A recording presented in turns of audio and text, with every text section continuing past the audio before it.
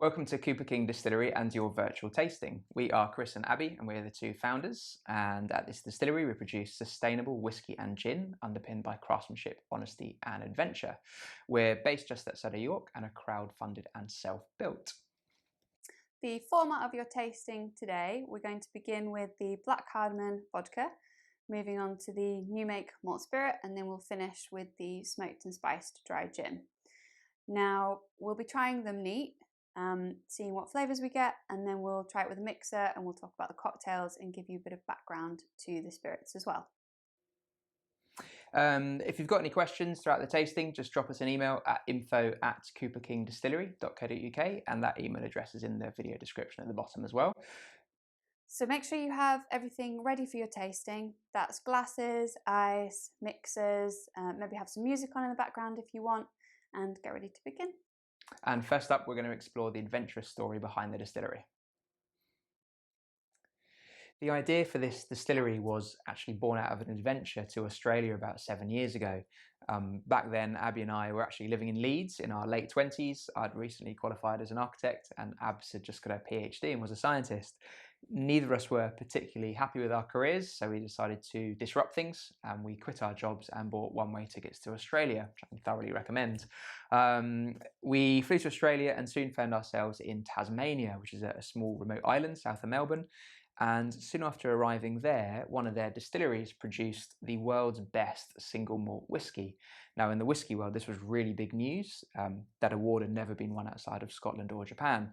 We decided to go and investigate, and what ensued was a sort of a whirlwind tour of Australian distilleries. So we visited all 8 whiskey producers on the island and absolutely fell in love with the way those guys were distilling and the way they were producing. They had a big focus on using the best and sort of locally sourced raw ingredients, and really just love what they were doing and produce stunning spirit at the end of it. To cut a long story short, we ended up spending 2 years away working at these distilleries, getting some really good experience at breweries as well. Returned back to Yorkshire with a big 52-page business plan ready to go. So yeah, then returned to Yorkshire all sort of Aussie tan and a twang, and set about cracking on with our own distillery. So it took us about a year to fundraise and a year to build. Now, the building was pretty much entirely built from scratch by hand. It was originally a stable block, so this whole building was a stable block. Unfortunately, we had to knock it down and rebuild it to accommodate all the equipment and the whiskey casks, which was a pretty big job, but it was really good fun. These trusses for the roof were put in by hand, lifted in by hand. We used lots of materials reclaimed from the original stable block. The floorboards here are from a 100-year-old house down the road, so we've tried to be as sustainable as possible with the build.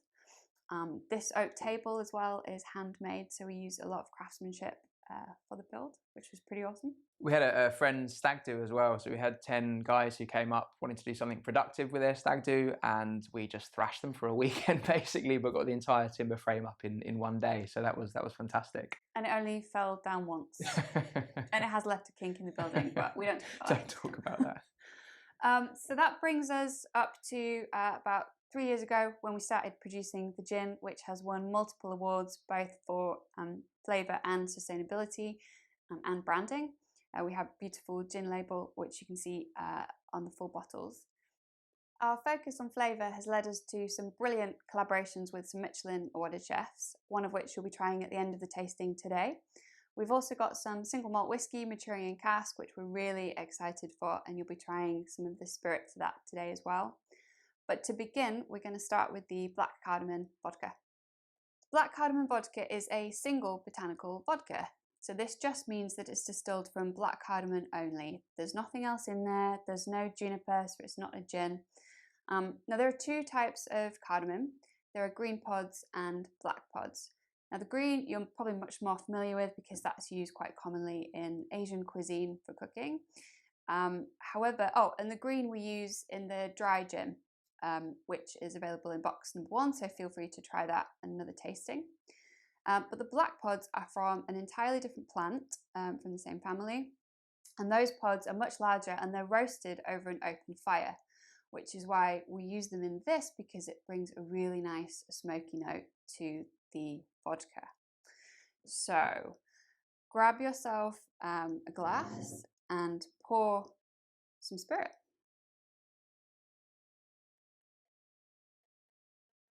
Well, this one's not very generous. Thank you.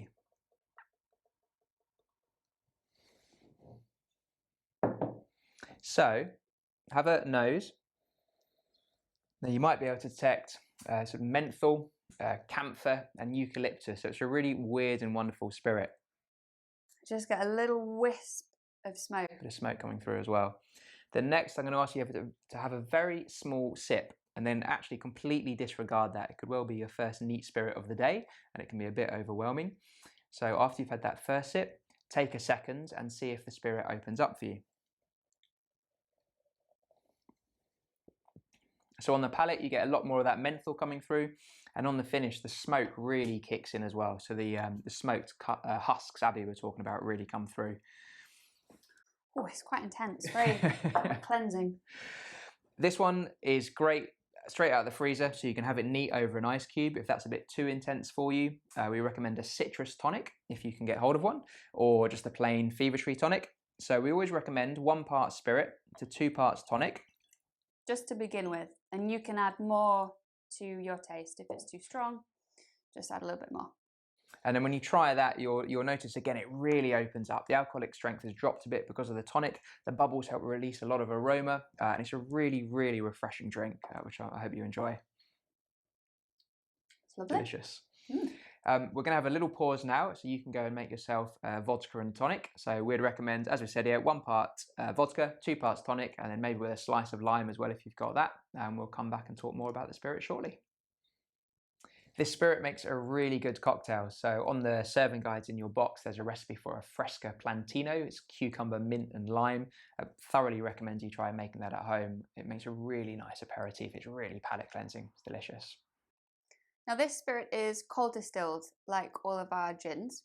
And that just means that it's a little bit different to traditional hot distillation, where everything is distilled with temperature.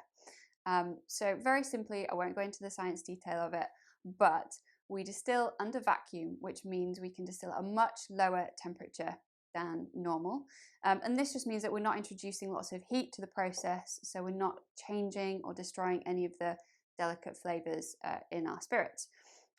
Hopefully you can taste this in the spirit, like it's really smooth, really soft, and super approachable just by itself. Our assistant distiller, Jake, loves and hates the spirit. Hates it because he has to painstakingly break apart all the black cardamom pods to get the heart out, which is what we predominantly distill with. Loves it because of the result and the things you can do with it. As we said, the versatility with this spirit and its use in cocktails just makes it really good fun to play with at home. Now, next up, we are going to taste a delicious malt spirit. So it's our new make malt spirit. It's an unaged whiskey, and yeah, we'll come back and taste that in a minute. We've got a treat for you next. This is our new make malt spirit. It's essentially an unaged whiskey. So this is what whiskey looks like before it goes into the cask. It's completely colourless, a really complex spirit, and it's distilled with locally grown Maris Otter barley, and we mash, ferment and distill all under one roof. And it's actually distilled on a Tasmanian copper pot still, which I think is probably the largest souvenir we've ever brought back from holiday. I think it's the largest souvenir any backpacker has bought from holiday. Yeah, very true, very true. Now, Abs is going to pour this out for us. And as head distiller, she is going to talk us through the nose, palate and finish. We're going to have a nose of this totally neat first. So give it a swirl in the glass. Straight away I get loads of tropical fruit. A little bit of mango, kind of green mango, so green tropical fruit here. And then just behind that you get lots of nice malt sweetness. I think shortbread for me. Toffee pennies as well. So have a little sip. Now this is bottled at 47%. It's fairly strong, but it's much lower ABV than what it comes off the copper pot still. So we've diluted it to 47 because for us we think that's a really good balance of flavour and alcohol. If you're not used to drinking neat spirits, or you're not, say, a whiskey drinker, Don't be afraid to add a few drops of water or even dilute it up to half with water. So we're going to add a little bit in now. And what the water does is just really opens out that spirit and allows a lot more of the aroma to come through on the nose and opens up the palate as well. Now with a little bit of water, a lot more sort of fruity floral notes come forward. It makes me think of pollen, because my dad's a beekeeper. Now we use his honey in the dry gin, which is in the other box. So I'm quite familiar with pollen as a flavour, yeah, but you might not be. There's also, a little bit of linen I get in there.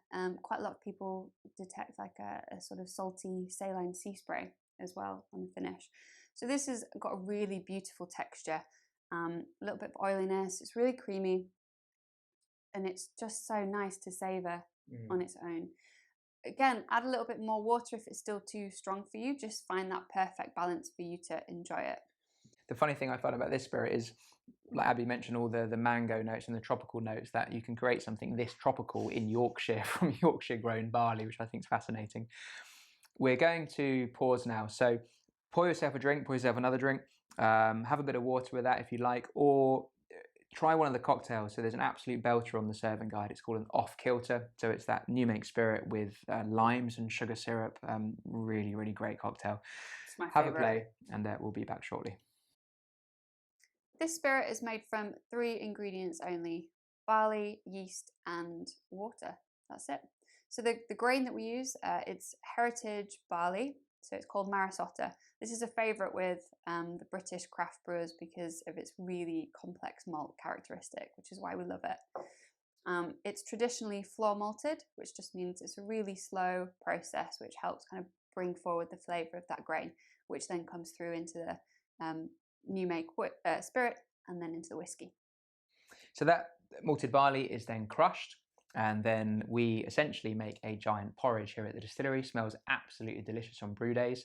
So we take the malted barley, we add a load of hot water, you got your batch of porridge, and the result from that is some sugary water called wort.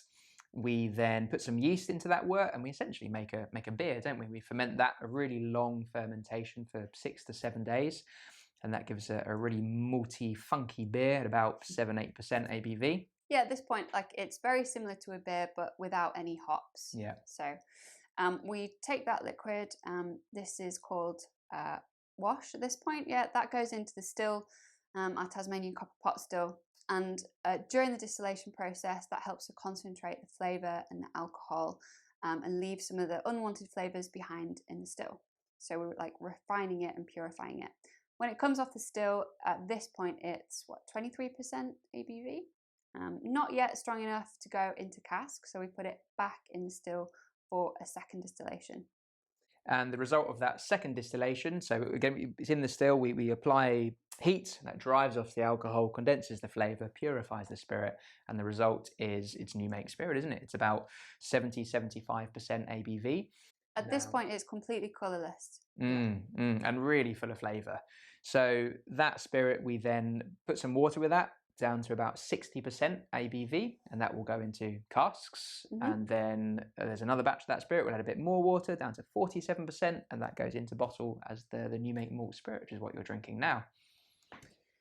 New make is a bit of an underdog in the spirits world. You probably haven't come across it very often. Not many distilleries release it as a spirit. I think it's a bit misunderstood, but for us, there's so much flavour. It's a really awesome base for a lot of different cocktails, or just to really appreciate the flavour that the barley brings. Because once it goes into cask to become whiskey, because like we can't call it whiskey at this point, it has to be in cask for at least 3 years in the UK for it to become whiskey. But the benefit of us as bottling this is that you can just appreciate the flavour and the kind of distillery character that final whiskey is going to have. And I'm sure you agree. I mean, it's a beautiful spirit. It's really silky on the palate, full of flavour, and that's our whiskey, if you like, in its rawest, most unrefined state. So it's really promising. It's really interesting to be able to track this spirit through maturation in these casks into a beautiful whiskey. And our first casks are now just over a year old. So another 2 years, we'll have a whiskey ready. So watch this space. I think that pretty much sums up the... Wraps it up. It does indeed. If you really want the nitty-gritty details, which we absolutely love but haven't possibly got the time to tell you about all of them now, head to the website on the whiskey pages and we go into all the detail at every stage, so have a browse. And that's where you can learn a bit more about what casks we're using to mature the single malt too. Next up we have the final spirit in this box, which again, absolutely beautiful. It's a smoked and spiced dry gin, so we'll be back shortly. This is the final spirit we'll be tasting. Now, as you've had a vodka, a new make spirit, and about to try a gin, I'd recommend just pouring a small glass of water, have a sip, just cleanse your palate before we move on to this. So, we have got a smoked and spiced dry gin for you. I'm going to pour it out, and you can do the same. Thanks, Chris. So this is a collaborative gin which was developed for one of the country's top restaurants called Skosh in York. It was designed to complement their menu, and it uses a lot of their sort of favourite signature flavours which they use in the restaurant. Have a nose first. It's so complex, such a rich spirit. So on the nose you might get soft juniper, maybe some aniseed from the star anise we use during the distillation process. There's also black cardamom in there, and I get a real sort of salinity, like an umami note, and that's from nori. So we actually use a Japanese seedweed in distillation. Take a sip. It's quite a closed spirit, this one, so you might want to go straight in with tonic. So we're going to go in tonic here. 1 part gin, 2 parts tonic. So we use a plain tonic with this one because there's so many flavours in this gin, loads of spices, so a plain tonic is definitely best. On the palate, there's a bit of fruitiness you might notice, so that comes from the sweet mandarin we use. There's more of those warming spices. There's definitely the star anise coming through. That smoky note from the black cardamom comes through as well. Now, very sort of reduced intensity of smoke compared to the black cardamom vodka, which was solely the black cardamom. So with this, less amount used, but it just really adds a nice sort of depth to it, I find. For me, like the Szechuan peppercorn, which we use in it, that the more you drink it, the more that kind of warm spiciness builds, starts to tingle the tongue. Really juicy mandarin. For me, that smoke just kind of hits on the finish, kind of after I've swallowed it. I start to get that flavour. So I think that's probably enough of us talking about it. We're going to pause now, pour yourself a nice gin and tonic. Garnish-wise, you can either use a whole star anise, and that will amplify the aniseed notes, or use a whole black cardamom pod, and that will really dial up the smoke. So see you back in a minute. Or you can just have it with no garnish at all, because it really doesn't need it. Yeah, good point. Cheers. This is a personal favourite of mine. It was a real sort of honour and a pleasure to work with Neil, the head chef at Skosh, and develop quite a complex gin by the end of it. Yeah, we had loads of fun developing this because we got to distill some flavours that we wouldn't normally have introduced. For example, nori, the seaweed, that's a really interesting flavour. This is a really good after dinner G&T. We like it after a nice kind of long meal in place of a whiskey. If you want to explore any more serves with it, head to the website under the serves page, and there's a brilliant cocktail recipe up there, which was developed by Liam, the head bartender at Skosh. So enjoy. We hope you've really enjoyed your experience. You've tried some really wonderful spirits. You know, you've had a black cardamom vodka, so you've got all the smoky flavours coming through, a new make spirit, so you've tropical flavours coming through from Yorkshire barley, and then finish with a smoked and spiced gin with nori in. So who'd have thought you'd be drinking a gin with seaweed in this tasting session? I mentioned at the beginning that we'd won a few awards for sustainability and branding and flavour. So just to touch upon the sustainability, the whole distillery runs on 100% green energy, and for every bottle of gin that we sell, we plant a square metre of English woodland, which is pretty cool. If you want to learn any more about that, or the story about the adventure, or more about the spirits, just head to the website. And also, don't forget, in your boxes on the serving guide, there's a promotional code. So once you've chosen your favourite spirit from this evening, go ahead and treat yourself. And the last thing to say is thank you for joining us, and let's raise a glass to sustainable spirits. Cheers.